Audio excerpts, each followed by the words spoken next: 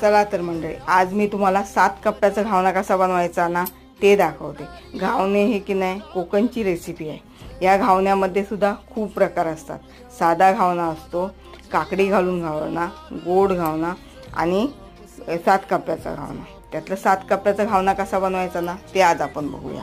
त्यासाठी जास्त काही नाही, आपण मोदकाला जे गूळ आणि खोबऱ्याचं चून बनवतो ना ते बनवून घ्यायचं। भिड्याला तेल लावायचं, घावण्याचं पीठ घालायचं आणि अर्ध्या घावण्याला हे चून लावून घ्यायचं। नंतर अर्धा घावना त्याच्यावर फोल्ड करायचा।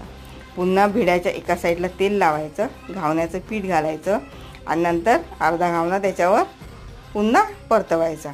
असं 7 प्रकार करायचे, 7 वेळा करायचं, म्हणजे 7 कप्प्याचा घावना तयार झाला।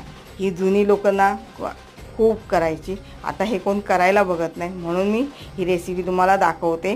आवडलं तर लाईक, शेअर, सबस्क्राईब